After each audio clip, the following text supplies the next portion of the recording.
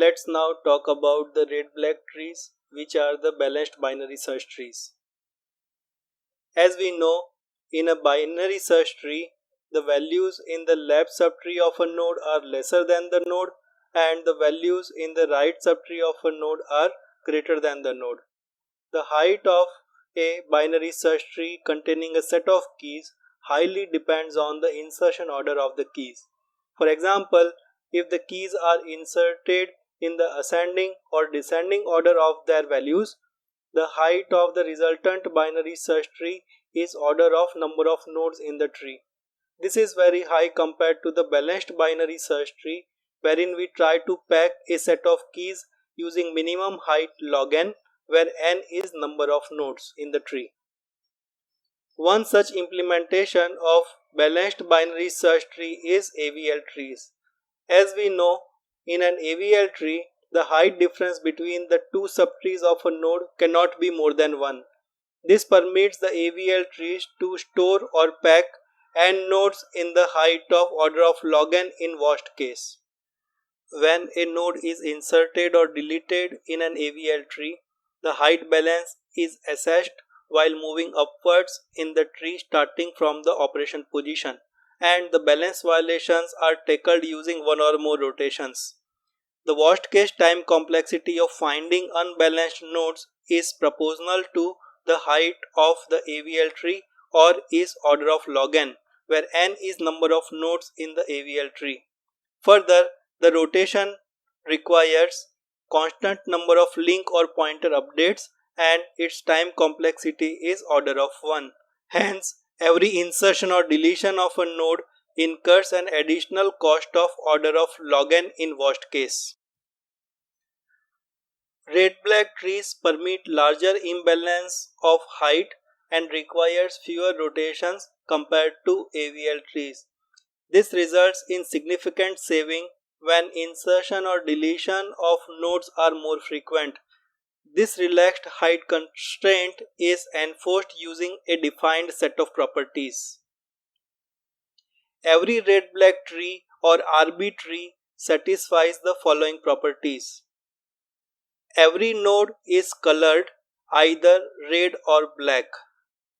Second, root is always colored black. Third, a red parent can never have red child. That is, there are never two successive red nodes in a path in the tree. Fourth, every path from a node to the nil node has the same number of black nodes. This property is called the black height property. We know that the left and right child of a leaf node is nil or none. It is called the nil node here. The color of a nil node is considered black. The black height is used to measure the balance in the red-black tree. Let's now consider a few examples of red-black tree.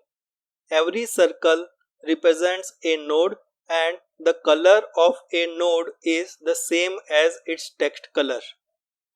In the first example, there is only a root node and its color is black. The nil nodes are shown explicitly on its left and right. On every path from the root to nil node, the number of black nodes that we need to traverse is 1. So the black height of the root is 1. In the second example, there are 3 nodes and all of them are colored black. A common nil node is shown as a child of the leaf nodes. The number of black nodes that we need to traverse on any path from node 22 to reach the nil node is 2. That is, the black height of 22 is 2. Similarly, the black height of both 9 and 44 is 1. In the other trees, the nil nodes are not shown explicitly, but they are present. In the third example, the node 16 is a red node and other nodes including the root are colored black. There is no red-red violation, that is, there is nowhere two consecutive red nodes in any path. The black height of node 22 is 2, the black height of 9 and 44 is 1, and the black height of node 16 is 0. In the fourth example, node 16 and 44 are colored red. Other nodes including the root are colored black. There is no red-red violation, that is, there is nowhere two consecutive red nodes in any path. The black height of node 22 is 2. The black height of nodes 9, 44, 25 and 46 is 1, and the black height of node 16 is 0. In the fifth example, nodes 44 and 30 are red nodes. Other nodes including the root are colored black. There is no red-red violation present on any path. The black height of node 22 is 2. The black height of node 9, 44, 25 and 46 is 1, and the black height of node 30 is 0. As all the red-black properties are satisfied, the tree is a valid red-black tree. However, the tree is not a valid AVL tree due to imbalance at node 22. If you notice, the balance factor of node 22 is -2, which is not permissible in AVL tree. This example shows that the red-black properties permit larger imbalance in the tree. Let's elaborate this in the next slide. We know that the black height of a node is defined as the number of black nodes on any path from the node to the nil node.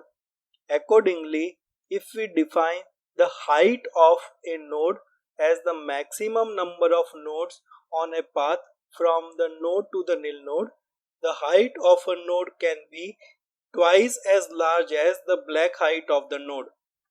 As an example, we revisit the red-black tree of the fifth example.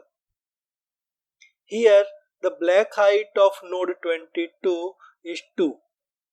That is, for reaching to any nil node from node 22, we have to traverse two black nodes. Whereas the height of node 22 is 4. That is, for getting to a nil node from node 22, we need to traverse at max 4 nodes. This greater height is due to the presence of red nodes along the path. Now we discuss the structure of a red-black node. Like binary search tree node, it contains the value field, the left pointer and the right pointer. In addition, it has the color field to store the color of the node. The parent pointer field points to the parent of the node. This pointer is used to access parent and further ancestors of the node during insert and delete operations.